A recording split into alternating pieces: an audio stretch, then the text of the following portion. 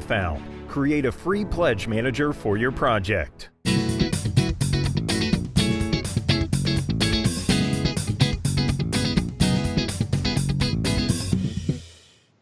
Hello, everybody. How are you doing today? I'm Tom Vassell. I'm Z Garcia. Hello, folks. I'm Mike Delisio. Hey there, everybody.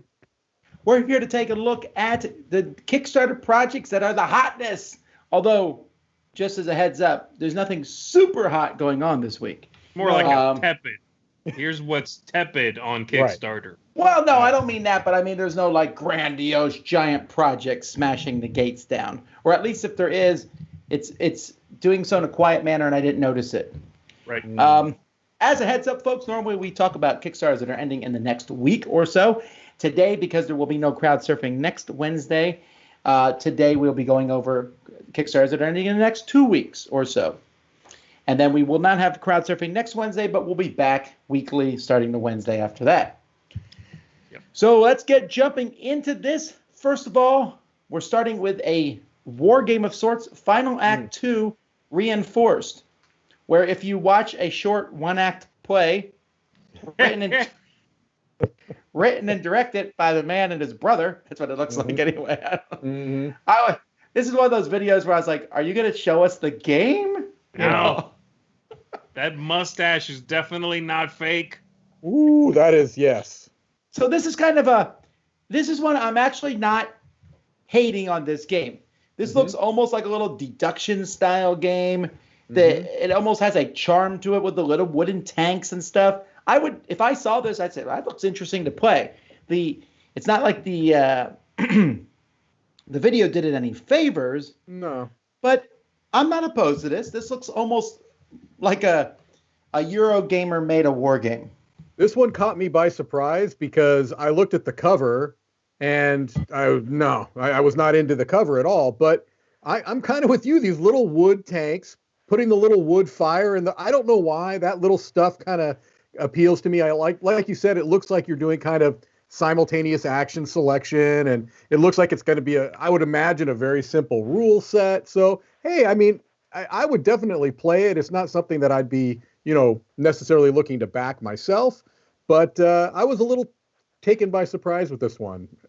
I agree with you guys. It's interesting that it's not. I thought it would be about some specific war. It's not. As far as I can tell, they're not saying that this is based in this scenario that took place in World War II. It's abstracted war. It's about war, but they're not saying what it is meant to be. I like that because it clearly is then not about a simulation of that encounter. There's a certain artisanal charm to this, and that I agree with you guys feels very there's something handmade and quaint about the whole thing. Yeah. I will say things like we're looking at here, though, where it says commanders discreetly designed their portion of the battlefield. I'm assuming both people are incredibly short. This is true. Yeah, you can't see over that huge wall in the middle, you mean? Yeah. So if you put something right behind it, I won't see it. Now, these are the same folks who made Stone Days and Glada Gala, and this is definitely their niche. They like making these 1-versus-1 combat games with charming components. Stone Days, I liked it with its charming things. Glada Gala, I wanted to like it more than I did. It's not that great of a game, but based on those two, I would play it. Right. All right, now we jump over to GROWL, Madness and Plagues. And I just recently reviewed GROWL, and my opinion was it's a werewolf want-to-be. Yes, there's not elimination or so, but I have to say, even if I liked GROWL a lot, I found it okay at best. This trailer would make me not want to play it. When they added in this madness stuff where people start doing loony things. That's when they lost me. I got as far as that point in the trailer. I was like, okay, this looks like some take that card game. Not interesting, but whatever. Let me finish watching this. And then they get to the point where, like, you have to start acting kooky if you have these two cards. If someone says a sentence with the word werewolf, you must repeat that sentence. And if someone says human, you say werewolf. It's like, no, I hate that mechanism, and you give me an entire expansion about that? Right. Hard pass. Yeah, that's where I'm at with this one, and I know people like this. I doubt they're sticking my review here in the reviews of the game. Essentially, this is a game where you're handing cards out each turn. And when you get a certain number of bites, you become a werewolf, although charms will cancel a bite. If you get a certain number of wounds, you're dead, whether you're a werewolf or not. So it's kind of you just hand out cards. The basic game is pretty boring, so these expansions kind of liven it up. But an expansion where madness, yeah. I mean, those people made it look like they were pretending to have fun for sure. Yeah, it felt real hammy and just fake. It just came across so fake. Now, the designer here is the guy who made Chaos Most, which I liked, but yeah, not GROWL. Yeah, this did not look interesting at all. Not my pick of the week. No. Don't be spoiling it. Now we're at a 50% chance with you so far. That's true. All right. Well, hey, let's make it 100%. Moons and Stars, also not my pick of the week. Okay, but listen. Here's the thing I'll say about Moons and Stars. This feels like I know how to make things out of clay now. I can tell you that. That's true. This feels like a true Kickstarter project. Yes. Like this is what when they first came up with the idea of Kickstarter before they realized they could make millions of dollars from it. Mm-hmm. This is what it was like. This is a guy who's hand making these games. Right. And if I was really, I think if I caught this on a certain day of the week, I might go, yeah, you know what? I'll throw this guy some money. Did a cool handmade game. And if the game looked slightly better, I'm in the same camp, Tom, because it's clearly very personal. Yes. I mean, you know, if this person was making this by hand and painting it and then staining the wood, baking the clay, if the game looked slightly better, I agree with you. It's so captivating, you know, but the game just looks uninteresting to me. Right. It's based on some writing of his. It's, it's a game that shows up in his comic or book, and so he decided to then go ahead and make the game. I saw all this safe, start, trap, goobly-goobly, and then, you know, things move, and it looks like a mess. All this stuff with the names, those characters you just pass by with the names, no. What? Right. No. Yeah. That being said, I hope he succeeds, because, again, I really feel like this is what Kickstarter's for. I agree. And this was one of those things where I was watching that video, and I will say I think it was actually a very effective video, believe it or not, in the sense that I liked how he was juxtaposing him making the product with the play. I thought that was a kind of a nice feel to it. But while I'm watching it, yeah, that might have been nice.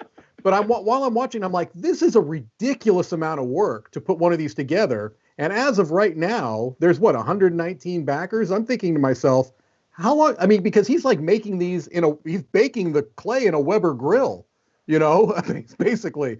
So it's like, how much time is it going to take to make these? I'm assuming he's going to bulk it, as in make the same piece like 6 times in a row, like bum, bum, bum, bum. Maybe, I'm hoping. But yes, I don't. What does he say you're going to get it December 2020? He better have a lot made or a lot of time in his hands. I don't know, because just the video was about a month long. So wow. No, it was actually, I said it was a good video, so I'm joking. But yeah, I don't know how he's going to get them all done. But is that a Baby Yoda? Someone asked. No, Cad Beth there. Not a Baby Yoda, but I get why you might think so. All righty. Here we come to a video of a person who clearly knows that you're going to buy this game if you want it, and if you don't want it, you're not going to buy it, because he's got like, here's a war game. You want it? Here's the pieces. Buy it. Here's what's in it. This isn't helping or hurting. Here's what's in there. I agree. It was an unboxing. It was an unboxing video. Is what it was. That's absolutely what it was.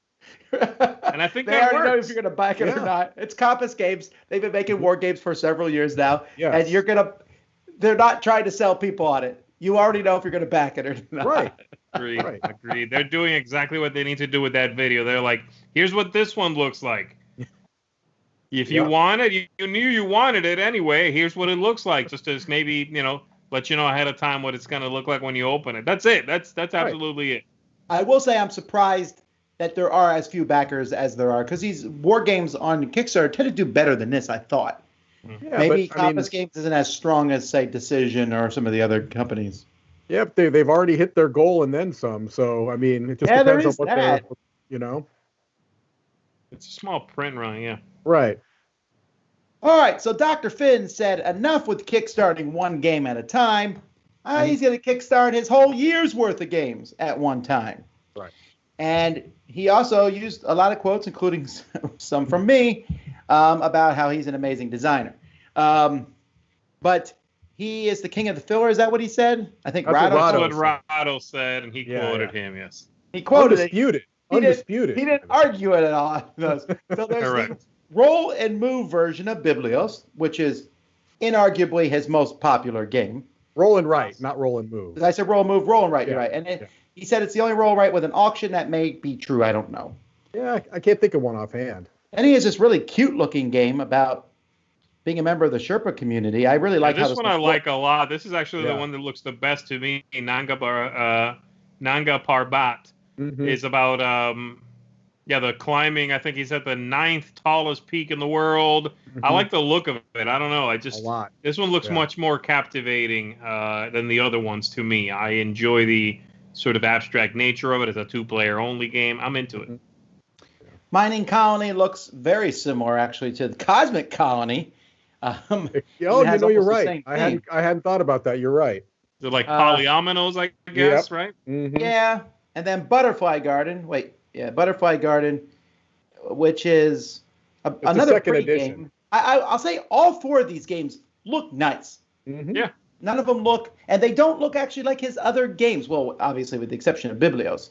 Sure. They have their own look. His last game of his I played, what was that? That 2-player wizard game. Oh, yeah.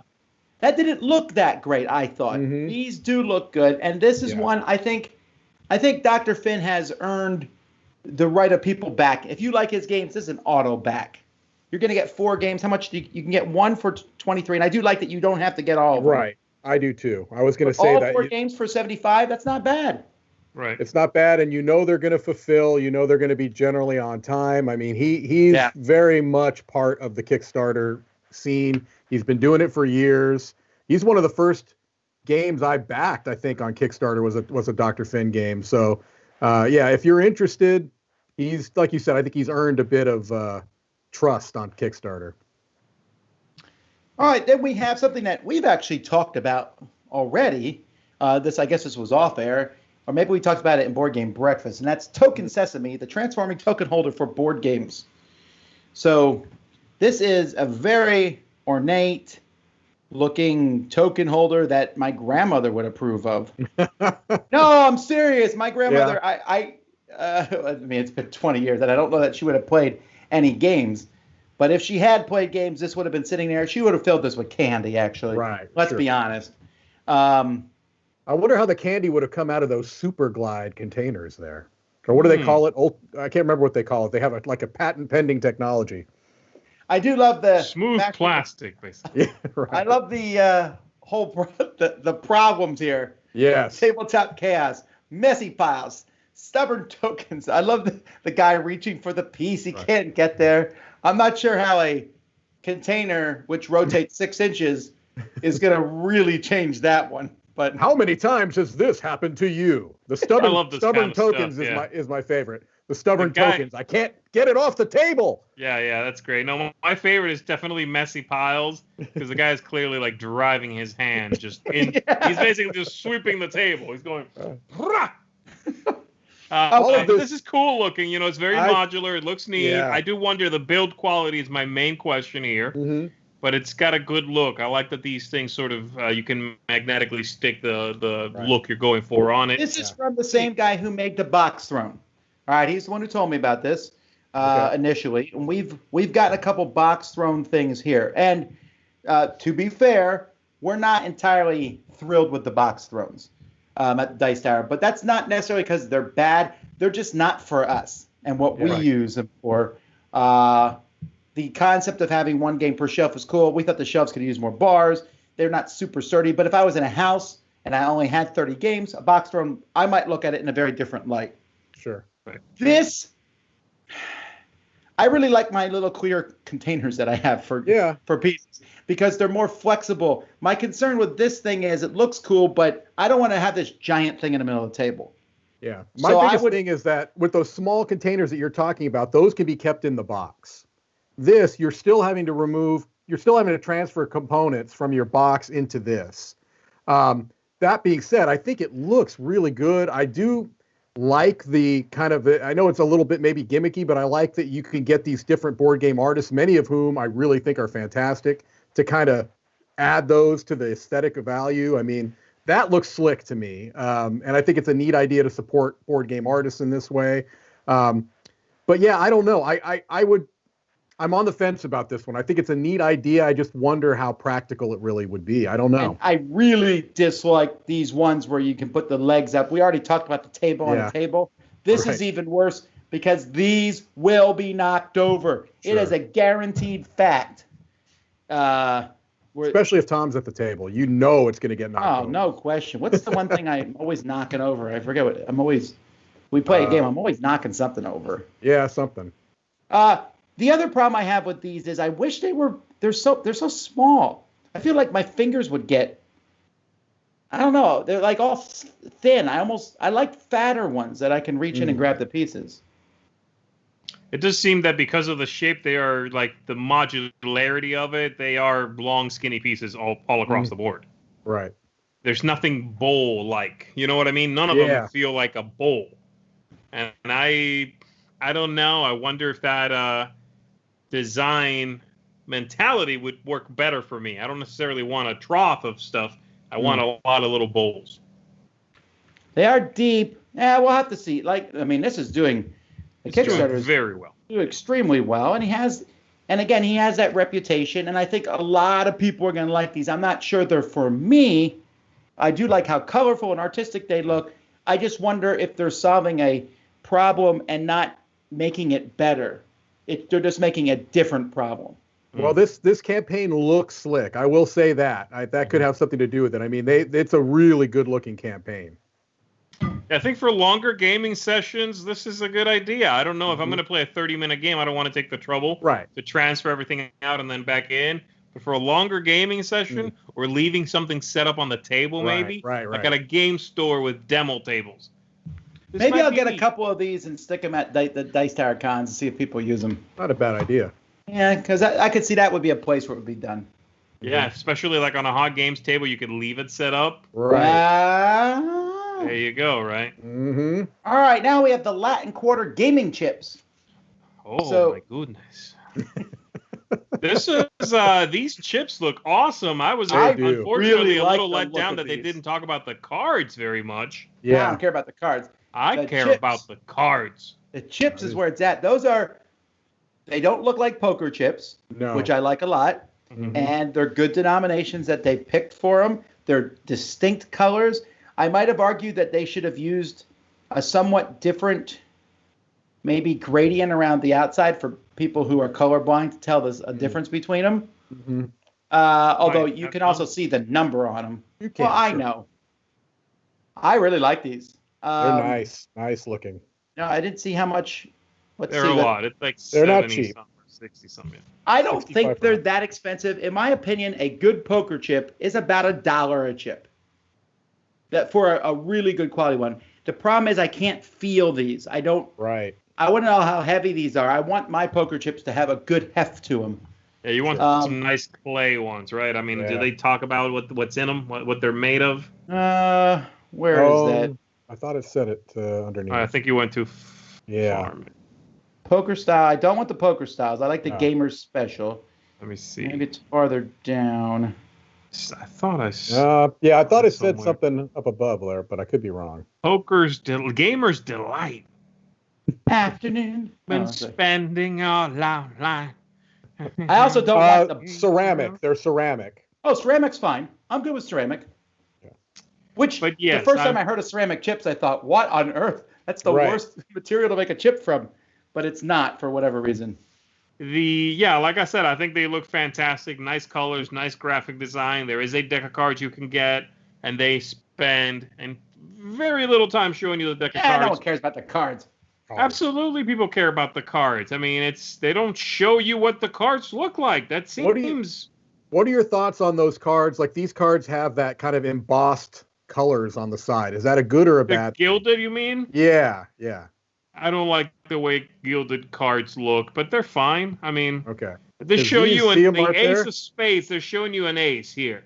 Yeah. And so I'm assuming those are standard pips. I'm assuming it's a regular deck of cards with a different ace of spades and a different back. The rest is going to be an absolutely standard bicycle playing deck. Okay. I think I'm going to get some of these chips for the. I think 400 chips. Wait, what's the highest I can go? I think 400, right? I get a 500. Save your money and buy dice for several $1,000s. Wait, why are they more expensive when they're 500? Because they're made at that point. They make them. Oh, you get the case too. Fiberglass. I don't want the case. I also throws in some cards. I don't want the cards. Who wants the cards? All right. All right, let's take a small break here. We'll be back and look at a few more projects. Here we go. Hey folks, and welcome to FOMO, the segment where I take a look at a game that's seeking crowdfunding right now. Maybe I've got a fear of missing out on it. Maybe you do too. And we're going to take a look and see, is this something we absolutely have to back? Do we have a fear of missing out on this? Now today, I'm going to be taking a look at an expansion.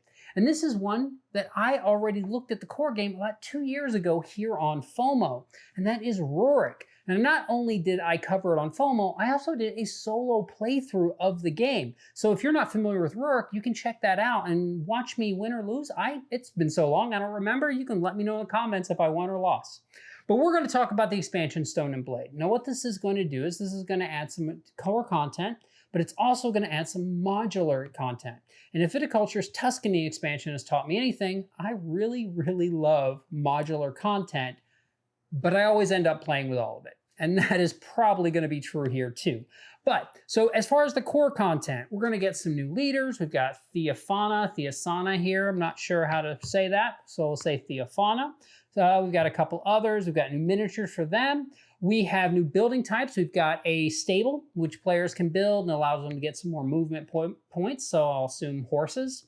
You've got a tavern that's going to allow us to get some more money when we're trading, things like that. We're also going to get some new scheme cards. We're going to get some new warfare conversion tokens, which means as we move up that warfare track, we're going to be able to gain rewards. So we're actually going to incentivize actually doing warfare in this game. One thing that was missing in the core game just a little bit was the theme sometimes would melt away. Everything here is really bringing the theme up, and I really did appreciate that. We're also going to have these new inheritance cards. Another thing in the original game that sometimes could be tricky is it might be slow to get started. This is going to give everybody a little something to get them going. Now, as far as the modules, we're going to have the epic structures. Now, they have quite a few of them already, and they're unlocking some more, and I have them right here if you'd like to look at. No, I'm not. I've been told that I cannot let you look at those. You'll have to check their Kickstarter for that. But so we've got things like a catacombs, a siege tower, but these are going to be buildings that anyone at the table can build, and they're going to be randomized at the start of the game. But then anyone else, after the person builds them and gets that benefit, anyone else can benefit from their ongoing. We're also, in addition to that, we're going to get my favorite, which is going to be this warfare module where we're going to be able to capture people. So in the original game, you defeat people, troops come off, cool. But in this one, if I don't take any casualties, well, I could put this rebel in the dungeon. I could also put my opponents in the dungeon. I could put my opponent's leader in the dungeon. Now, they're going to get released later, but I'm going to be allowed to convert them into additional victory points. So it's just that little thing, and I honestly just love the little dungeon thing.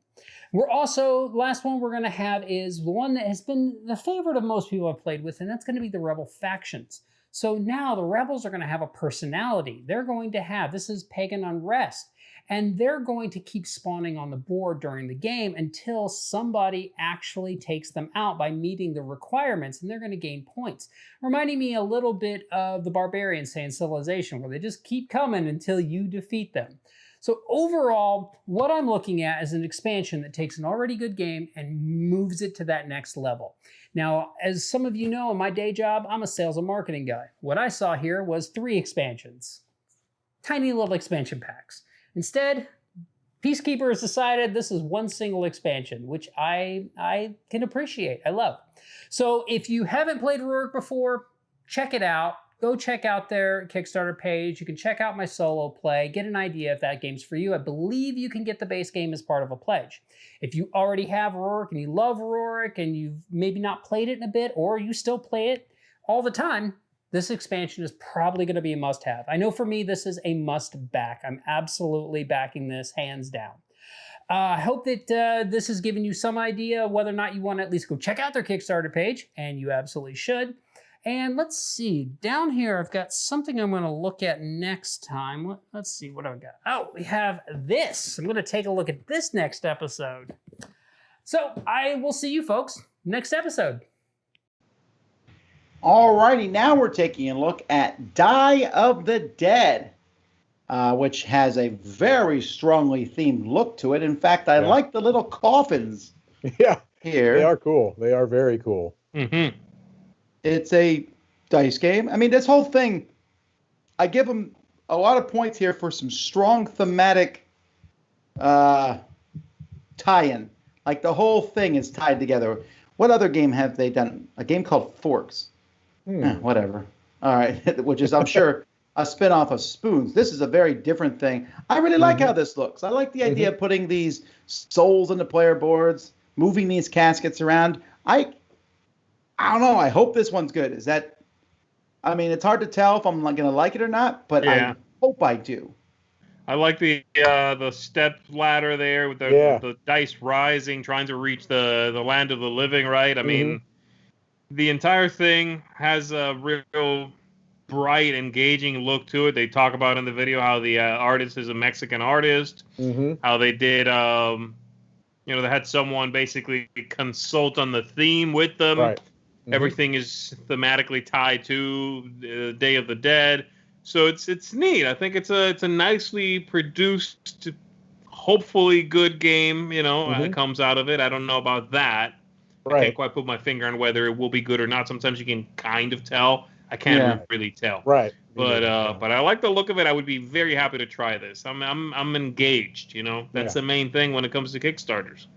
Exactly. Yeah, it definitely got my attention. There have been a couple of these Day of the Dead themed games recently. There was a Roll and Write, I think, a couple of years ago, but this one looks to be leaning into the theme the most, and so I'm intrigued. And it's a decent price. So yeah, it is.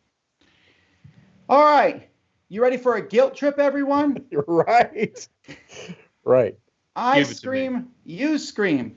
If you don't back this, you don't love babies. Nope. Nope. You hate them. Hate babies.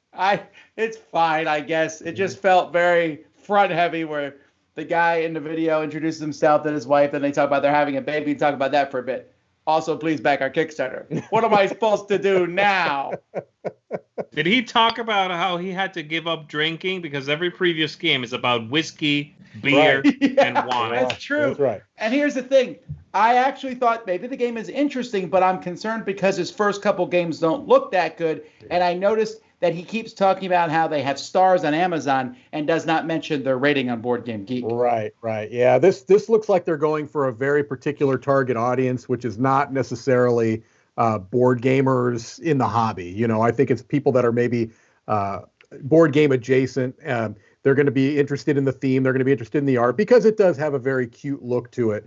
Sure. I'm a little concerned even about how he was explaining how the game works, where basically, he's pitching it towards, you could play this with kids. And one of the things he brings up is that if you roll a particular thing, you take things from other people. And I don't know. It seems to be disconnected from the theme. There's a little more maybe take that in it than I would expect. I don't know. Well, we're getting close to having a meal here, right? Yeah. We got whiskey, beer, wine, and ice cream. Right. The main I will say this. I think you guys are right that this is not really for us. This guy's going for a different audience, I will say I think the designer, who's the guy in the video, is very charismatic. Yeah. Sure. Very energetic, very charismatic. So, and I think whoever does his graphic design is very good as well. One's actually the worst looking one from a graphic design point of view. Sure. The brouhaha, the font usage, just general graphic design concepts and sensibilities, I think are strong. Yeah, it's a little Spencer's-ish, like the kind of game you get out of Spencer's, right? It's got that vibe. It doesn't mean it's not well finalized. It's just not for us. I don't necessarily want to play that game. But yeah, again, this is the kind of thing that shows up on Kickstarter and finds an audience. Absolutely. All right, I'm surprised it's not doing better, I'll tell you. Well, his other games, I looked at them. They didn't do that amazing either. It's doing okay. Okay. All right, here's a game from Mike. A solo legacy card game. Deck of Wonders. Funded in 2 days. Mike, I'm going to let you run with this one because I could not figure out what was going on in this. Well, I mean, it was a little bit difficult because from what I could tell is basically you've got 3 different villain decks and they're all kind of unique. And you have your deck that you can, depending on which villain you play against, you can either go with a pre-constructed recommended deck, basically where it says, well, hey, start with these cards and go against it, and it's pretty well balanced, and you'll get a fair challenge. Or if you want to get even deeper, you can construct your own deck based upon that villain that you choose, maybe looking at the strengths and weaknesses. But to me, it has kind of almost a Magic vibe, like a 2-on-2 battle game, but you're playing against an automated opponent based off of a deck. So these games technically are not my style of games. I think the art looks nice. I think that the idea of dual use cards where you play something and it does something good for you, but the other half does something bad, that could be interesting. But I'm not a huge person in deck construction. I don't really love deck building. I don't think this appeals to me much, but I know there are a lot of people that it probably will appeal to. I just had a hard time understanding what was going on. I think the video did it no favors at all. No. I had no idea what was happening. I don't know why it has to be legacy. I mean, that's the other thing, yeah. What do you mean? Legacy is hot right now. We must sell this game. Scorching. Alrighty. Well, it doesn't look horrible. I'm just don't know a lot about it. Right. All right. Mercado de Lisboa. Now, this is a game from Vital Lacerda and Eagle Games. But this does not look as big as his other games. It is not. It's a thinky filler, they say, Tom. It's based off filler is just a medium game. It's based off of one part of Lisboa, apparently. That's like saying I'm a short giant. Let's be honest, Tom. You are a short giant. Yes, that is true. I'm a short-tempered giant. All right. This is one where I feel like the video at the beginning was no help at all. It just basically was a time lapse of turns being taken, but I had no idea what was happening. Right. So I don't understand that at all. I'm in the minority here in that I didn't particularly like Lisboa. It was too much for me. Are you in the minority in who? You mean of us 3? Oh, no, I just mean in general. Lisboa is a very highly regarded game amongst people that like Euros, especially heavy Euros. Well, I think this looks good, actually. That I was about to say, this to me looks like the speed that I'm looking for. It looks like, 30 to 45 minutes. You still have some good thinking decisions, but you're not going to be spending 4 hours at it. Not that Lisboa is 4 hours. Don't get me wrong, but this looks actually pretty good to me. It looks pretty abstract. To me, this looks. I know Tom's going to like it because it's based on a hex grid, basically, and I know he loves his grids. But this, to me, looks like a lot of other games. Like it uses a lot of concepts from other games that are interesting. It looks kind of like the old Knizia game Kingdoms. A little bit. Yeah. It kind of looks a little like Targi. It kind of looks a little like Automania. The whole, the people on the outside with the stuff in, the crossing sections. Yeah, it looks good. I mean... Well, let me look up this other designer here. So he did the solo variants for Lisboa. And I think at least one other of his games. Well, Julian has no friends. Yeah, he only has 2 games under his design, But you're right. He did the solo for Lisboa and the solo also for CO2, the second one. And so, I don't know. Wow, he's really glowering at the camera in the BGG photo. Okay, let's move on. Galaxy Hunters. Galaxy Truckers? No, this one made me laugh out loud. Mike was in the room when I was watching the video because it looks like your typical robot versus robot game. And then they're like, and there's this unique mechanism of putting a pilot in a mech. I was like, God, are you kidding me? Right. No one's ever done that before? Yeah. I will tell you, I could not bring myself to watch this video. This is your style I never game. even clicked. I just... Didn't we cover this game last week, like last time? I know it feels like it. No. Here's the thing.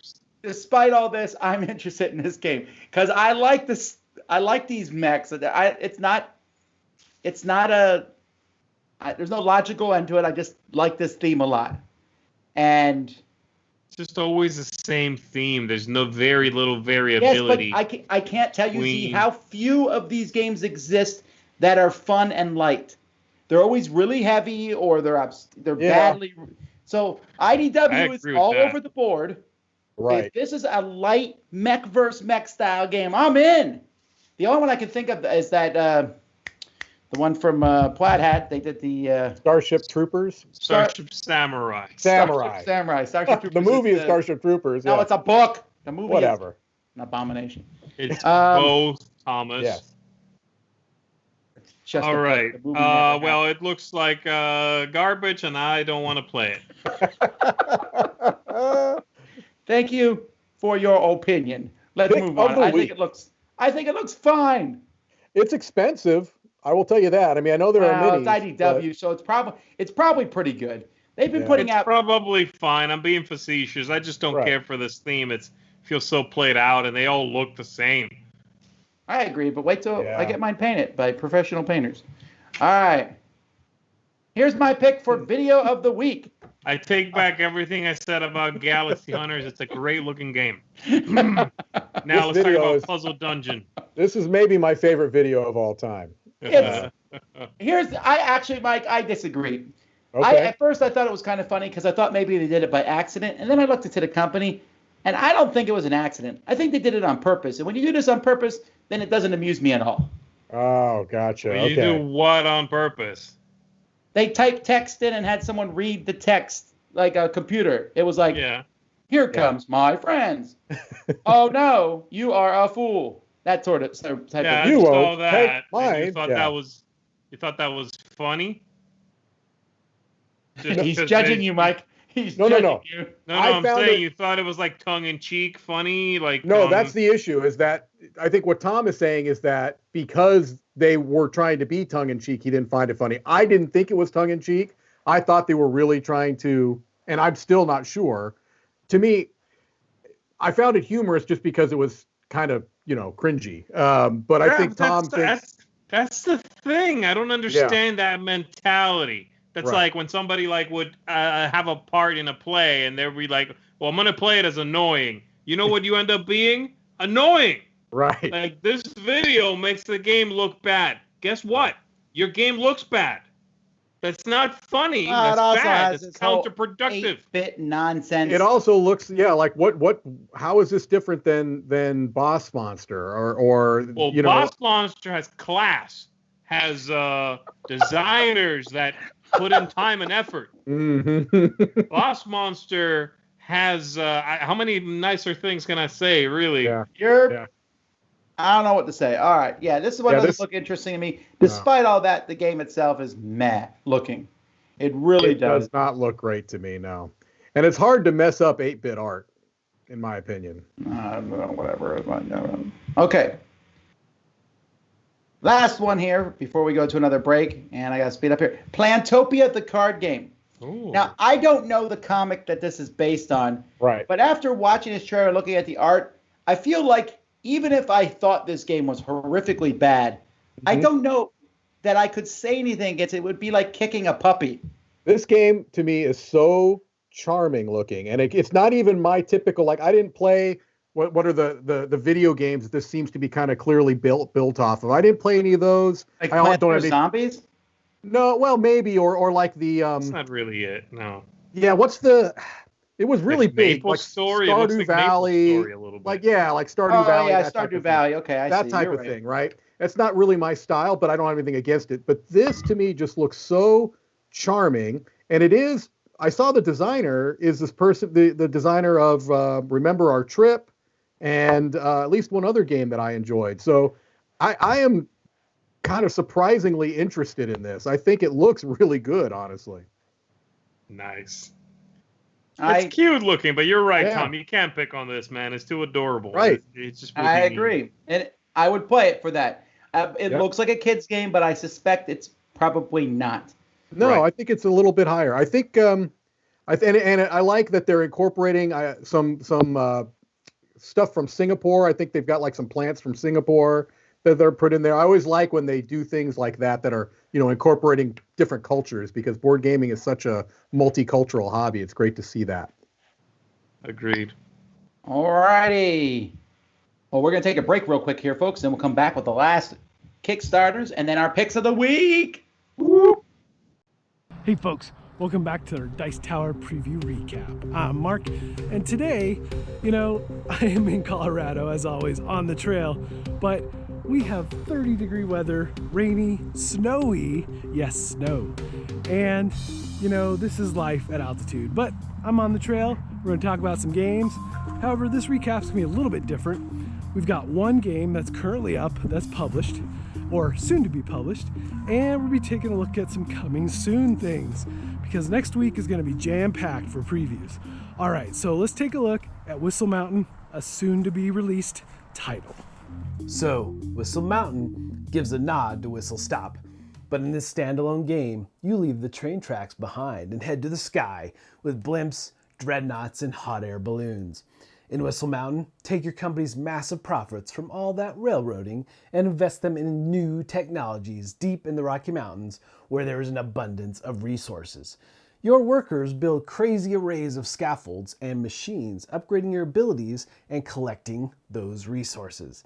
As you build with the help of your airship fleet, the mountain's melting snow causes the water below to rise higher and higher, putting your workers in danger and increasing the tension on the dynamically changing board. So your goal here is to score the most victory points by building fantastic machines, improving your company, and training your workers to use the resources of Whistle Mountain.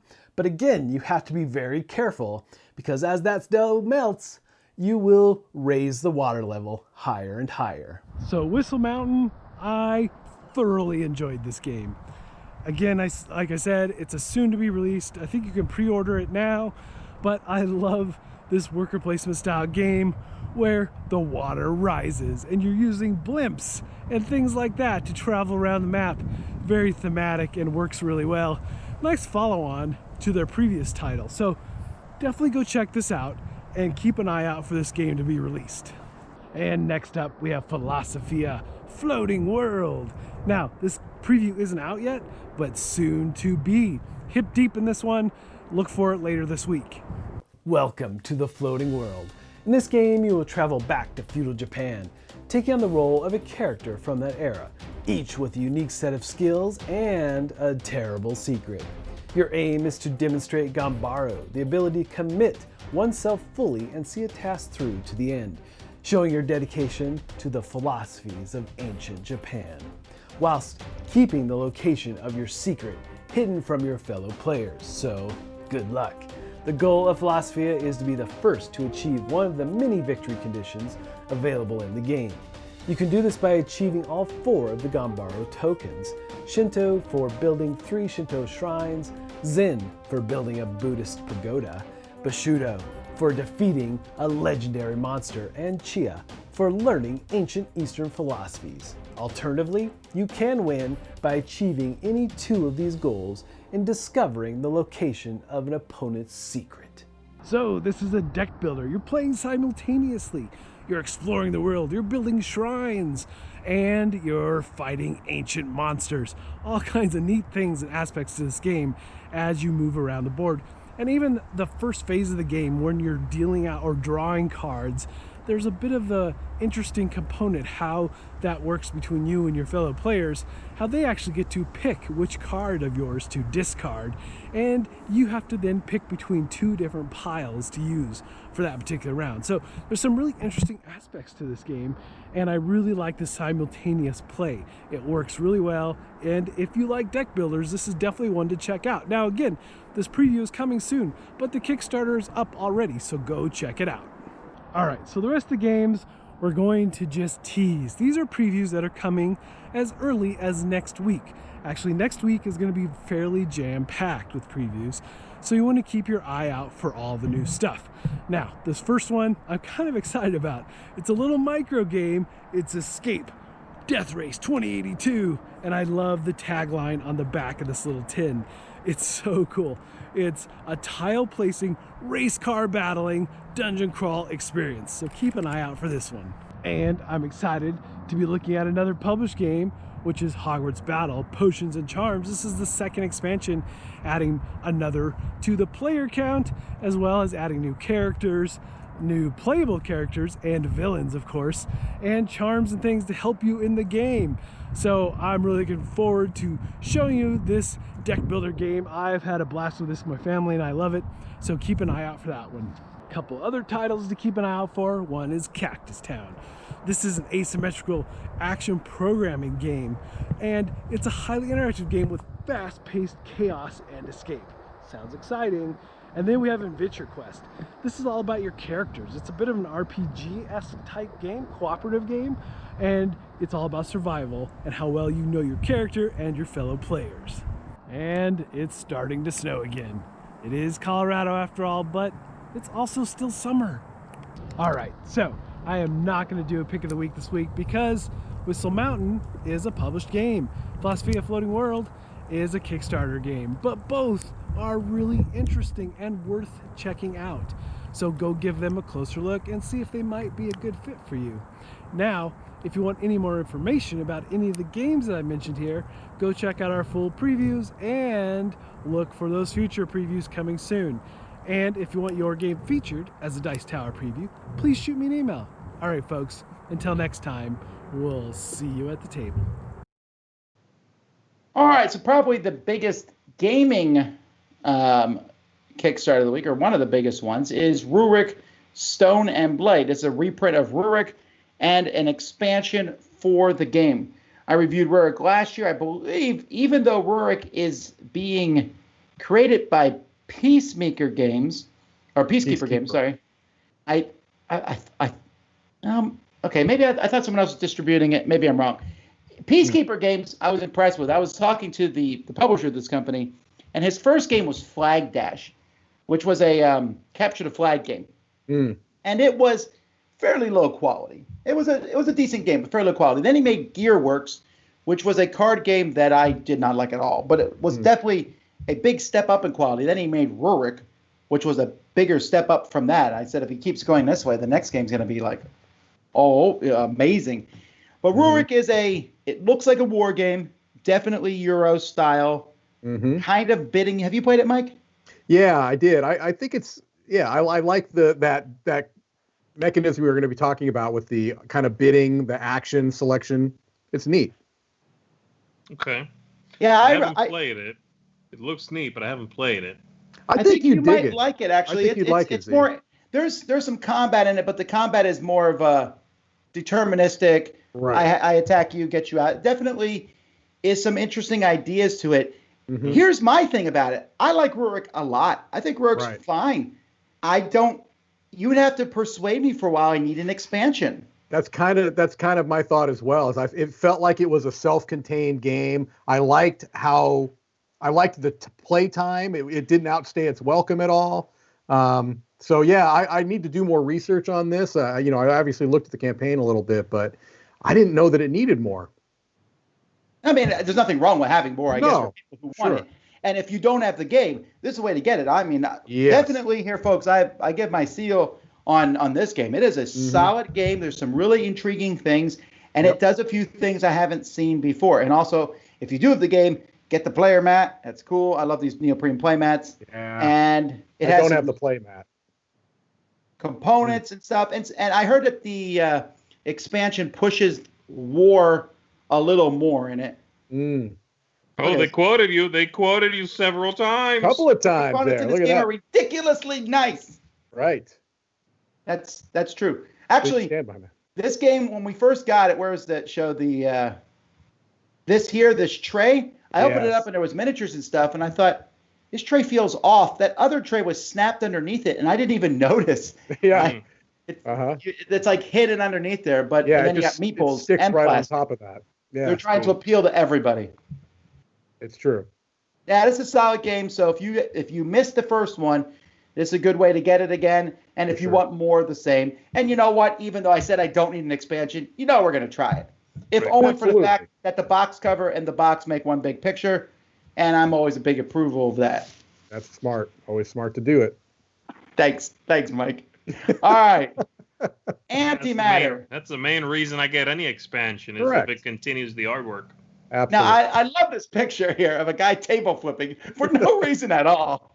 I don't even know if that's like thematic in the game. You can't in this game you're playing poker a lot. I don't think you can flip the table when you lose. But if you could have, I would have done it about a good 3 or 4 times when we play for sure. All right, folks, you can see our playthrough of this.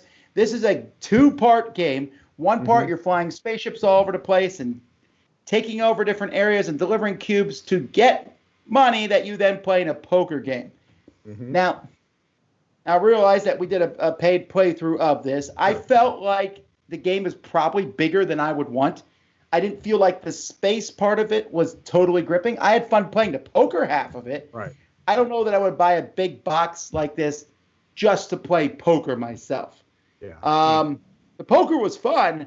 The space part was okay. What did you think, Mike?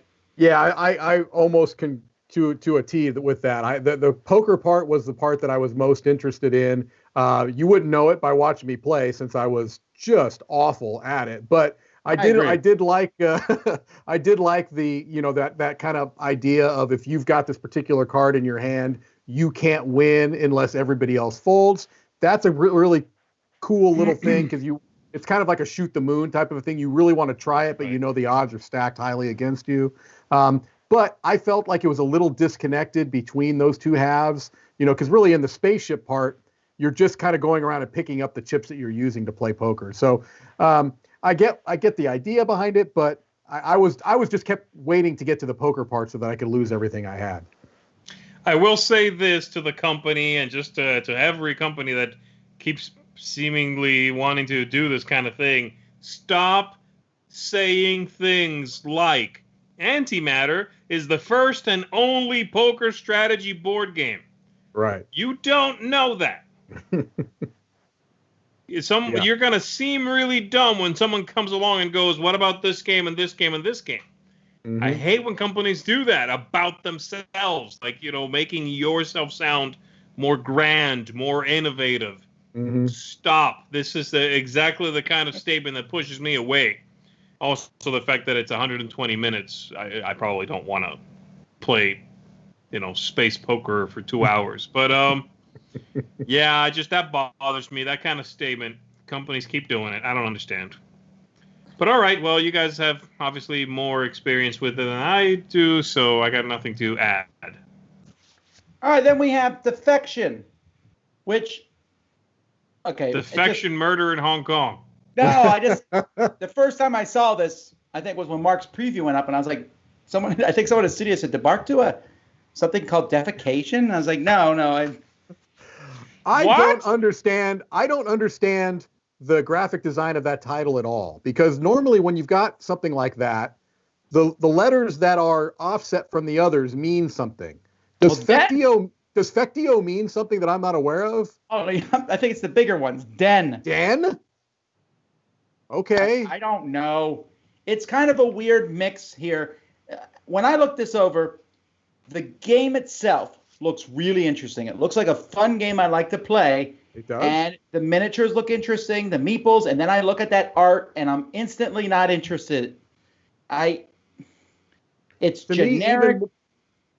Even more than Z was talking about with that earlier space game with the mechs, this to me, and I know that we've gotten a little bit of grief on these crowdsurfing shows by saying that things look generic. And the reason why we say that is because these things look generic. This doesn't look different than 5-10 other games we look at.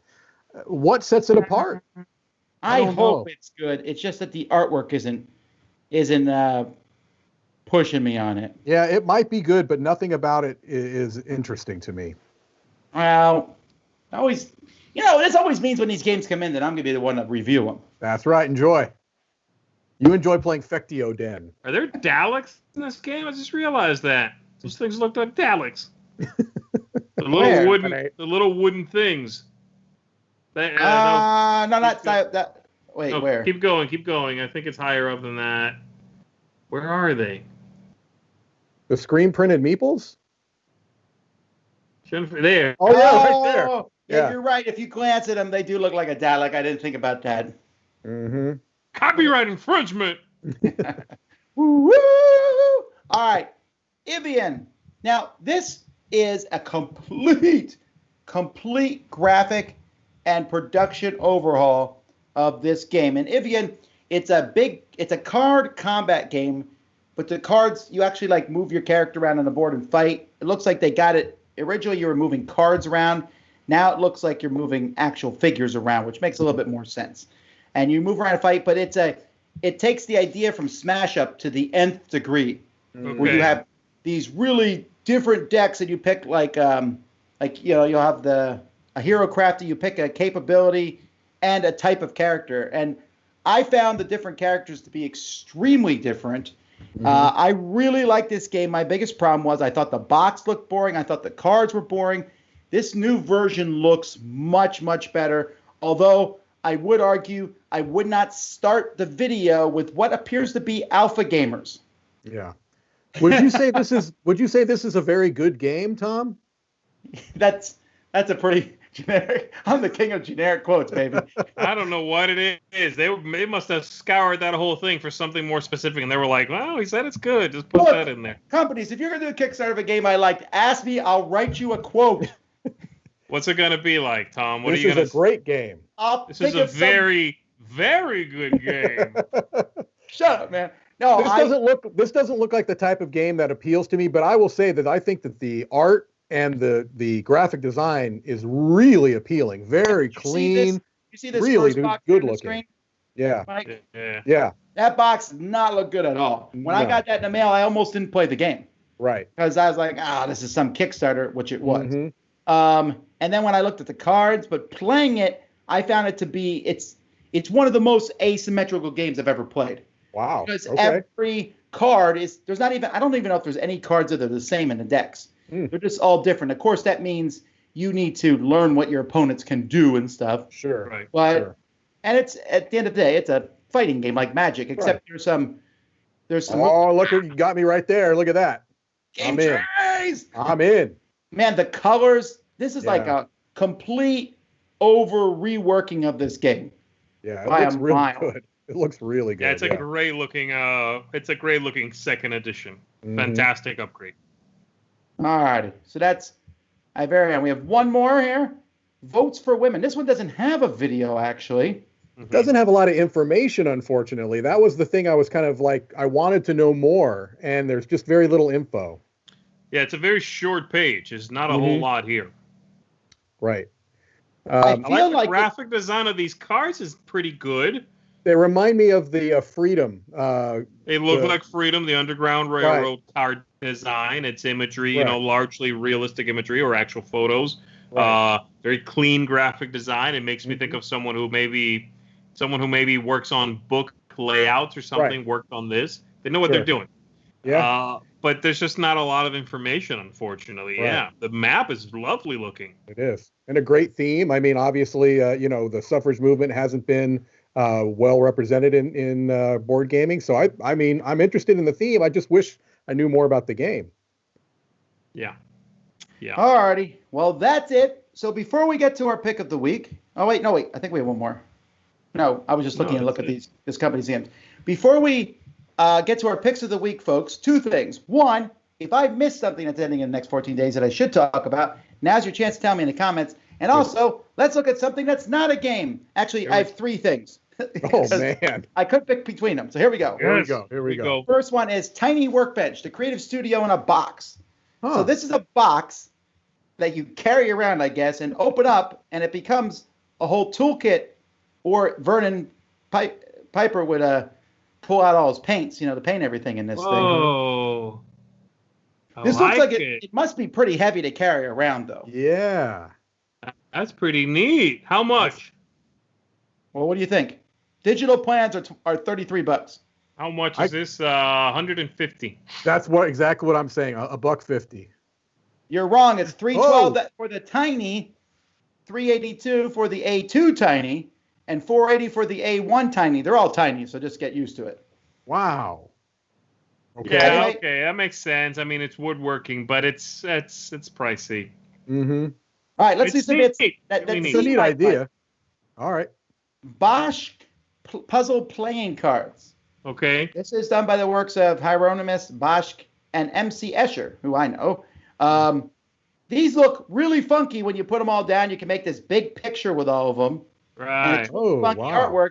It looks like it would be nigh unplayable as a card game. That's exactly my problem when they do this. There's definitely been plenty of other projects that have attempted to do this. They've done it.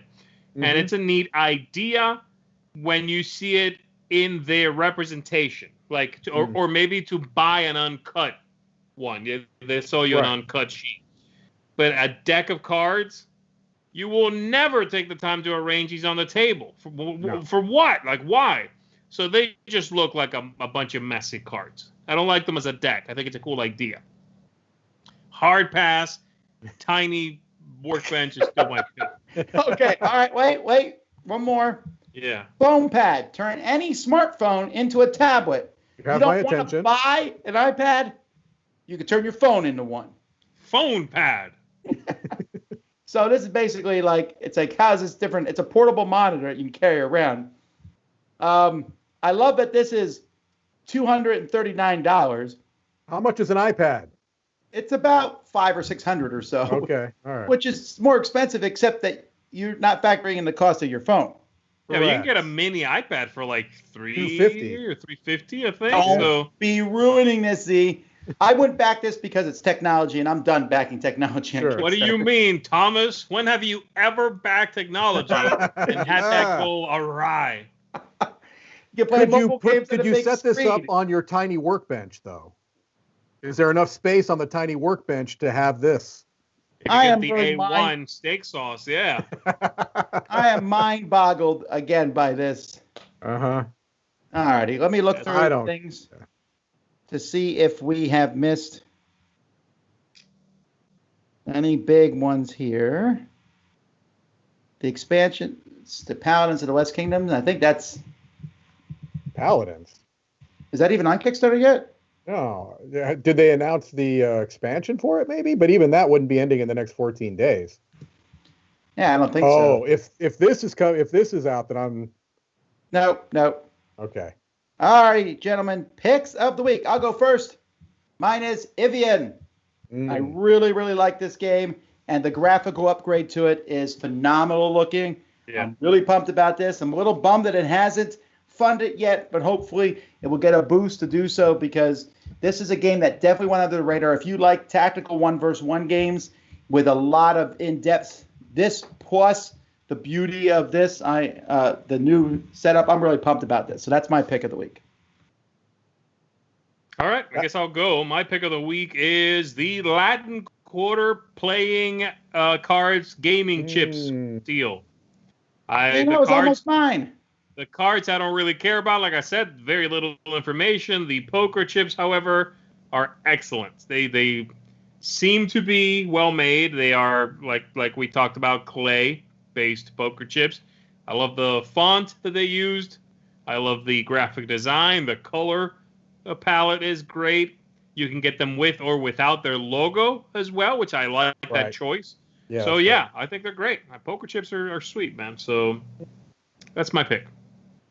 Nice. I considered a couple, but I think I'm going to just go with my original thought, which was the Dr. Finn collection. I'm going to go in on Dr. Finn. I'm interested, honestly, in all four of these. I'm in like Finn, baby. Like Finn.